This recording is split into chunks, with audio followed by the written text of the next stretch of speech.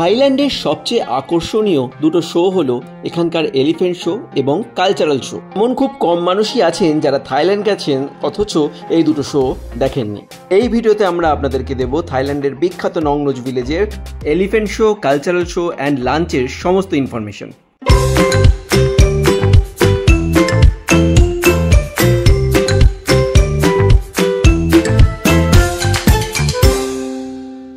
এই মুহূর্তে আমি আছি থাইল্যান্ডের পাটায়ার নং নোজ ভিলেজে। আর নং নোজ ভিলেজ হচ্ছে পৃথিবীর 10টা বড় ট্রপিক্যাল গার্ডেনের মধ্যে একটা। এই টোটাল জায়গাটা 700 একর জমির ওপর তৈরি হয়েছে। এই জায়গাটা টোটাল আপনাদেরকে ঘুরে দেখাবো, এখানকার সমস্ত ইনফরমেশন আপনাদের দেখাবো, আর কি হয় এখানে সব কিছু আপনাদেরকে বলবো। ঠিক আছে, তার আগে যারা আমার চ্যানেলে নতুন তাদের জন্য আমি Soumya, welcome back to your own channel passport to it. Please like, share and subscribe our channel and press the bell icon to get more video. So stay tuned. নং নোজ ভিলেজে পৌঁছে প্রথমেই আমরা আমাদের টিকিট কালেক্ট করে নিয়েছিলাম আমাদের guide প্যাটের থেকে। এখানে আপনি পেয়ে যাবেন সারাদিনের বিভিন্ন রকম প্যাকেজ। অবশ্য আমরা 7 নম্বর প্যাকেজটা চুজ করেছিলাম, যার মধ্যে ছিল অ্যাডমিশন ফি, বাফেট লাঞ্চ, নং নোজ ভিলেজ শো আর এলিফ্যান্ট শো। পুরো প্যাকেজটার কস্ট ছিল 1300 বাত করে। যদি আপনি চান এখানে আপনি এলিফ্যান্ট রাইডও করতে পারবেন, তবে তার জন্য আপনাকে আলাদা করে টাকা দিতে হবে। এছাড়াও আপনি এখানে হাতিকে খাবারও খাওয়াতে পারেন, যার মূল্য 50 বাত করে।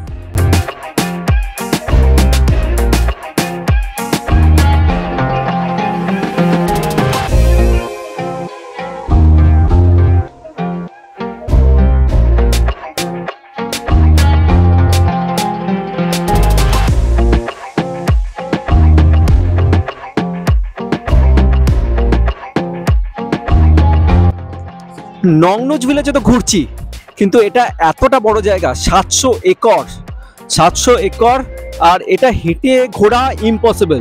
তো এখানে ছোট ছোট, এটাকে ট্রাম বলে এরা, তো এগুলোতে চেপে এখানে লোকে পুরো এরিয়াটা কভার করে, ঘোরে। সব কিছুই আপনাদের দেখাবো, জায়গাটাও টুকটাক ঘুরে দেখাবো, সঙ্গে থাকুন।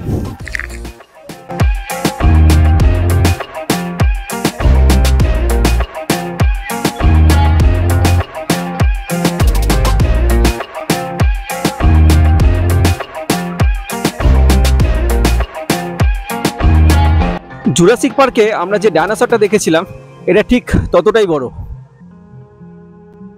চরম দেখতে, চরম। দূর থেকে দেখলে লোকে ভাববে এটা আসল। পুরো হাইটটা দেখুন, এক্সেলেন্ট এক্সেলেন্ট।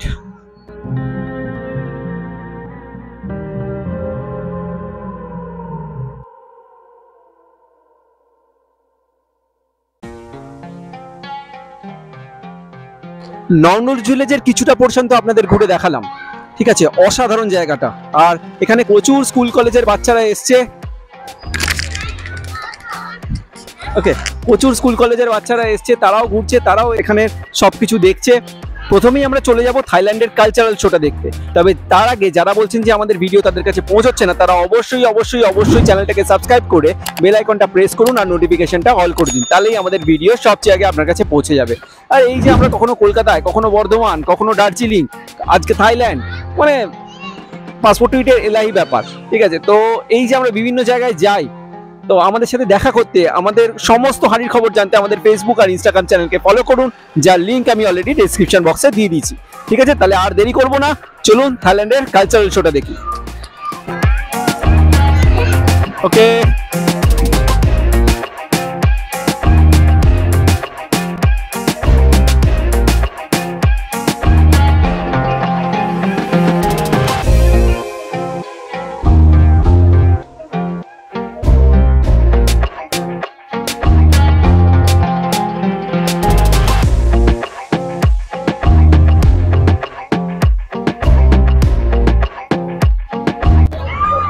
থাইল্যান্ডের কালচারাল শো আমরা অলরেডি দেখে নিয়েছি, অসাধারণ, জাস্ট ফাটাফাটি।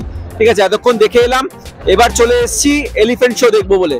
একদম এলিফ্যান্ট শো এর সামনেই বসে আছি, এটাও দেখবো, এটাও আপনাদেরকে দেখাবো। Stay tune.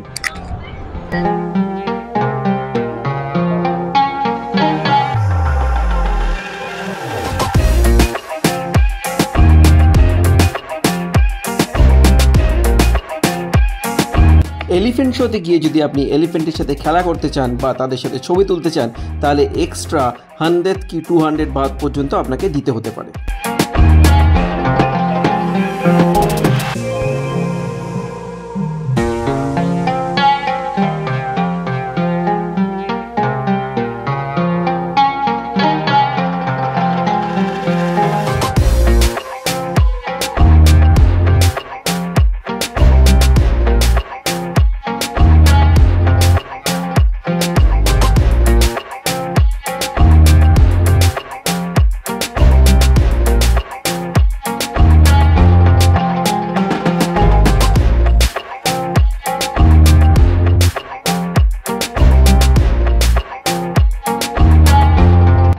এলিফ্যান্ট শো শুরু হওয়ার সঙ্গে সঙ্গেই যখন এলিফ্যান্টদের এন্ট্রি হলো, তখন এলিফ্যান্টের ওপর বসে থাকা মানুষগুলোর হাতে ছিল সমস্ত দেশের ফ্ল্যাগ।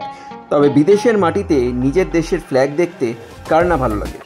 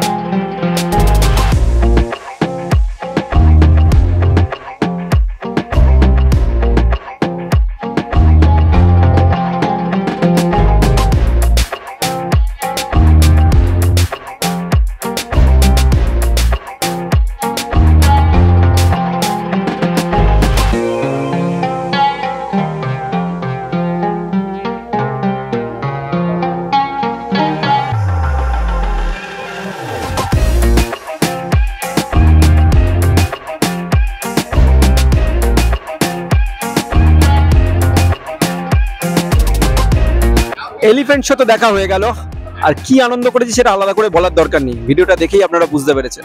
ঠিক আছে, এই সেই সাদা হাতিটা, ঠিক আছে, যাকে প্রথমে দেখিয়েছিলাম। যাই হোক, তো এলিফ্যান্ট শো দেখা হয়ে গেছে, এবার আমরা যাব লাঞ্চ করতে আর দেখবো লাঞ্চে কি কি আছে আর থাইল্যান্ডে এই লাঞ্চের টেস্ট কেমন। তাহলে স্টে টিউন।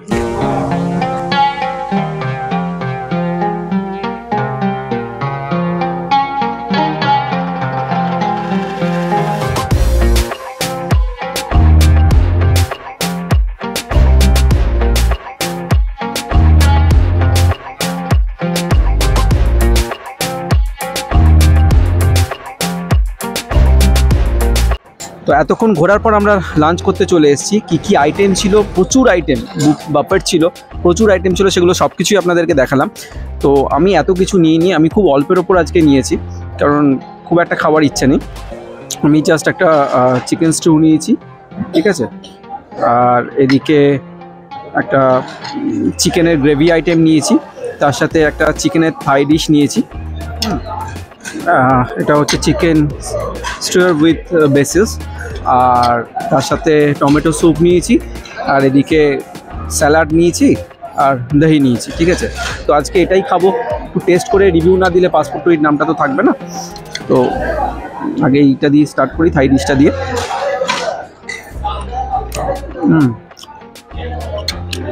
মন্দ না, চিকেনগুলো সসেজের থেকে যেরকম চিকেনের ফ্লেভারটা থাকে না, ঠিক সেরকম আসছে। স্টিউটাও একটু নিই।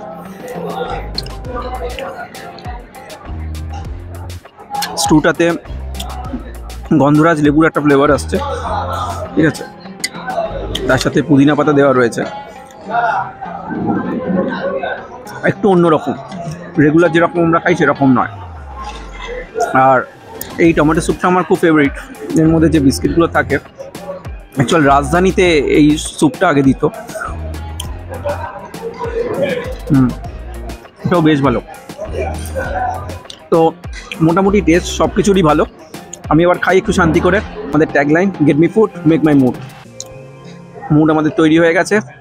এভাবেই আমাদের সমস্ত ভিডিওগুলো দেখুন, সমস্ত ইনফরমেশন পাবেন, সমস্ত জায়গা বাড়িতে বসেই থাইল্যান্ডে দেখতে পাবেন। তাহলে আবার দেখা হবে পরের এপিসোডে। সবাই ভালো থাকবেন, সুস্থ থাকবেন।